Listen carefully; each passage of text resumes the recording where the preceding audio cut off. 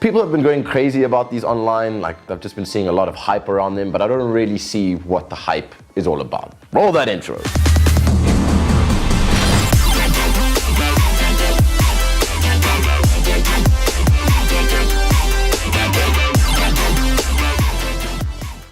Firstly, just want to say big shout out to Evetech for supplying us with the HyperX Cloud Alphas. There are purchasing links in the description below. Let's jump into the review. Today is all about the HyperX Cloud Alphas. So how do I feel about these things? The comfort and the build quality are off the charts, personally, I feel. And at 1,600 Rand, I feel like at least in that department, you're getting value for money.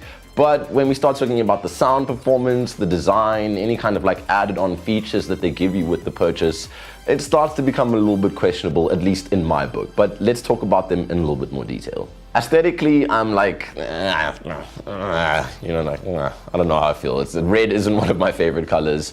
I don't like the stitching. I don't like the placement of the logo. It's all highlighted in red. Personally, it doesn't suit my taste. But if you're a gamer and you like that aesthetic, then it's right up your alley. The build quality, however, is outstanding. So first things first, that steel bridge for the headband, it is super rock solid, and I really like that approach to the build. The comfort is quite nice. The leatherette covered memory foam ear cushions are really comfortable. They feel a little bit sturdy.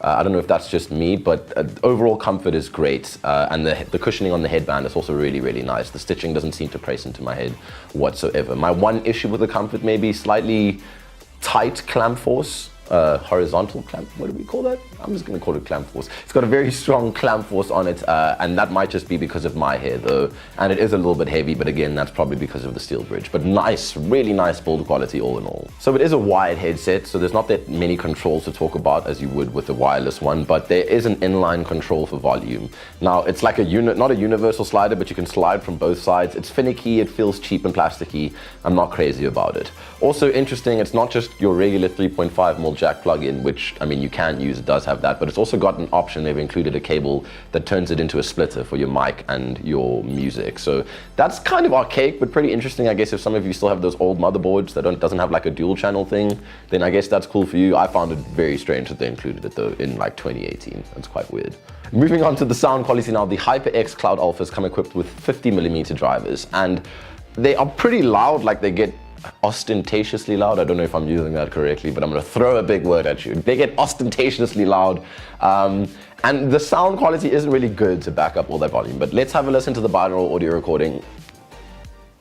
And we're back here in our binaural audio recording setup with our binaural head Betty, and you should be hearing the audio crossfade shortly. Now, you should be able to hear me in your right ear moving all the way around the back to your left ear. Now, here is the closest representation of the sound quality that we can give you through a YouTube video. Have us a listen to this, folks. Have us a listen to this, folks.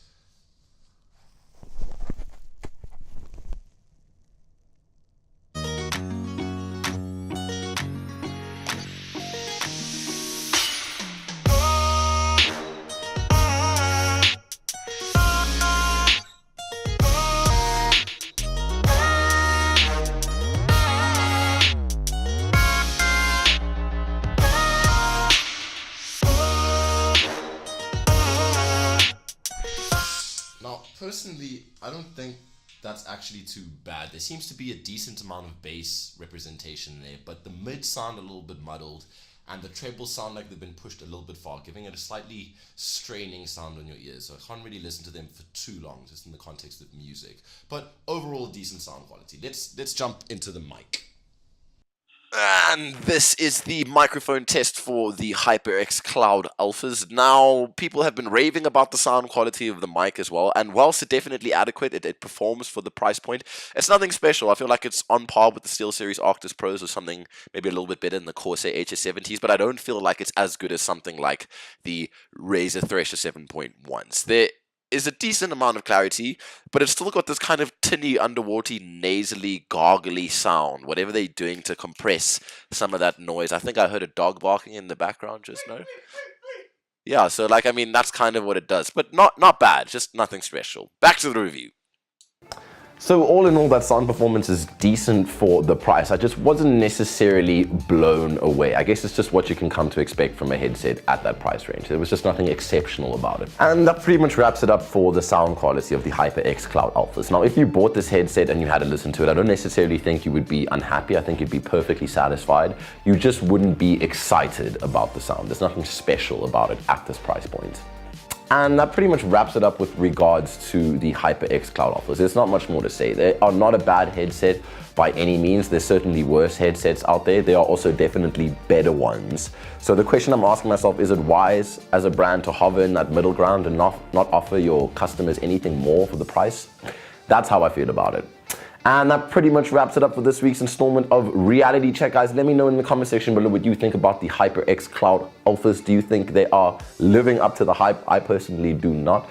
Don't forget to hit like and subscribe and that little bell icon notification.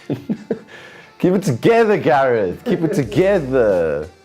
And that little bell icon notification there, when I don't actually know where it is because I don't do it for anyone I subscribe for, is the top right. And that little bell icon in the top right there on the homepage, so you get notified every time we upload a new video. And yeah, we'll catch you guys for the next installment of Reality Check. Peace!